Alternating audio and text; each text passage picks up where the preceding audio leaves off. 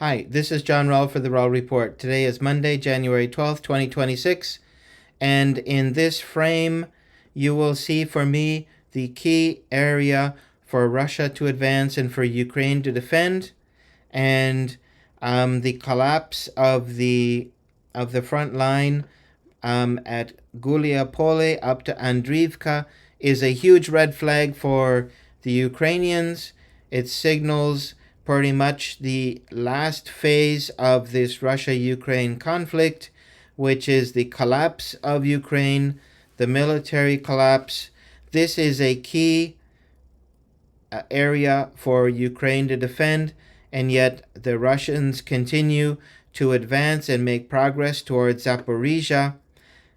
We have a recent advance here of the Russians to cut off supply and support for the city of Orikhiv. And Orikhiv is, you can see it here, doesn't look that big on the map, but the Ukrainians have set that up as a key defensive hub where they support all these other trenches and defensive areas. So as the Russians get closer to Orikhiv and other Russians get closer to cut off this H08 road, which brings supply and support to Orikhiv, the closer the Russians will be to getting into the Zaporizhzhia metropolitan area. Zaporizhzhia was a city of 1 million and a key industrial city during Soviet times, continues to have great importance. It is a key city also because it's on the Dnieper. So, and the worst thing about the city is that it's on the Russian side of the river. So most of the city, the important part of the city, is what can be easily reached by the Russians once they get to this metropolitan area, just like Pokrovsk. But this time, with the Dnieper in the way, it would be very difficult for the Ukrainians to provide supply and support once the Russians destroy the various bridges that go across the Dnieper from Zaporizhzhia over to Sonyachne and Korytsia. So, anyway, recently the city of Guliapole fell, and the Russians are now coming up against a key defensive line.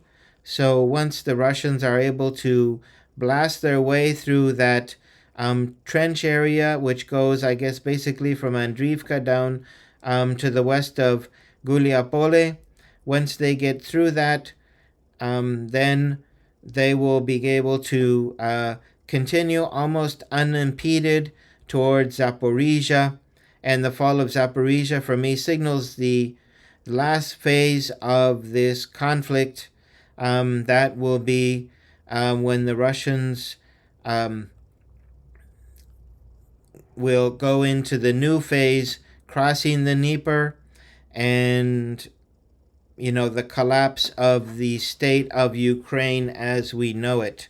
Because without Zaporizhzhia, and then shortly after that, maybe in a year and a half, the fall of Kherson and Odessa, then Ukraine loses all access, possibly to the Black Sea, and also in the same period, Russia will reach the cities of Sumy and Kharkiv, which are also key Ukrainian cities. And then what we have left of Ukraine is what is west of the Dnieper, and that is basically farm fields.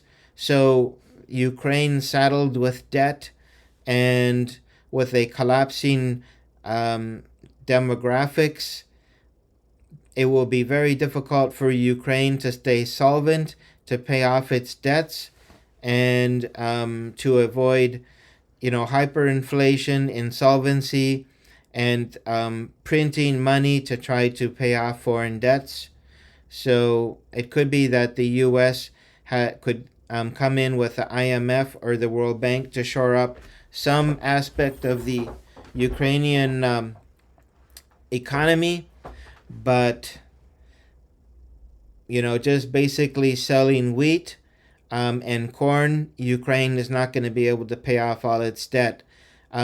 Especially also take into account as the Russians advance, they continue to take under their control the many of the mines, whether it is the rare earths or other metals um, that that Ukraine would be depending on to bring in funds into the Ukrainian economy.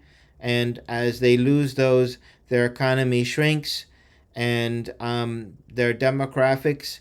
Without a working economy, many people will look for a better life elsewhere and leave Ukraine. So Ukraine has this period in which somebody there could wake up and say, hey, we have to stop this war before it gets any worse for us. They could give up on the four regions, the four oblasts, and Crimea, and they would have still a country left. They would have access to the Black Sea. But once the Russians cross Zaporizhzhia, I don't think that they're going to be inclined to make any peace deals, because they know that the clock is ticking on the Ukraine state, and all they have to do is continue on a little bit further, and their finances will collapse completely. So anyway, this is my report on the Zaporizhzhia area, and my surprise that Ukraine is not doing more to try to defend this area. Possibly we see that the Russians have slowed down a little bit here as they advance west of Uliapole, but I don't know if that is due to the fall slash early winter weather and the conditions on the ground, making it impossible for vehicles to move in the mud, and for soldiers to walk without sinking into the mud. But now that the ground will be hardening, I think the Russians will give more pace to their advance. But remember, the key strategy of the Russians is not ground advances, but rather attrition. And so their attrition strategy is to win the war, basically eliminating the Ukrainian army and the resources that they have to continue to fight. So once the Ukrainian army is no longer able to cover the defensive lines and no longer has resources to defend their assigned areas, then that basically will also signal the end of this war. So the Russians don't really need to advance very much to win. World War I was all about attrition, and Western military authorities should know that and be knowledgeable, experienced with studying that kind of warfare strategy. So they continue to say that Russia is weak, it doesn't advance very fast. Well, in World War I, the trenches stayed pretty stagnant during most of World War I. And so what the Western countries did was to blockade all supplies to Germany and basically starve it of what it needed to continue the war effort. Eventually, Germany surrendered, and without their army actually having suffered a defeat, or without French or U.S. soldiers stepping foot in Germany. So that should be a good lesson for those NATO generals that are advising Ukrainians. But I think that what's in play here is they want Ukrainian soldiers to fight to the last man, and then they prefer a military loss than to admit defeat.